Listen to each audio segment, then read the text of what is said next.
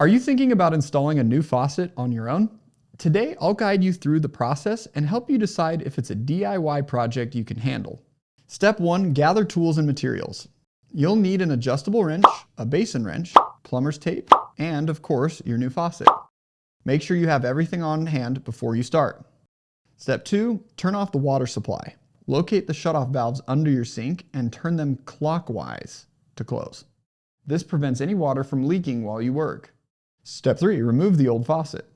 Use a basin wrench to loosen the nuts that hold the faucet in place. Once they're loose, you can lift the old faucet out. Next, install the new faucet. Place it in the mounting holes, then secure it from underneath using the provided nuts. Make sure it's firmly in place, but avoid over-tightening. Connect the water supply lines to the new faucet. Apply plumber's tape to the threads to ensure a tight seal. Then use your wrench to secure the connections. Step 6, test the faucet. Finally, turn the water supply back on and test your new faucet. Check for any leaks and make sure everything is working properly.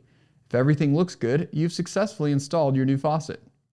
Installing a new faucet can be a straightforward DIY project if you have the right tools and follow these steps. However, if you run into any issues or prefer professional help, don't hesitate to contact us. Thanks for watching.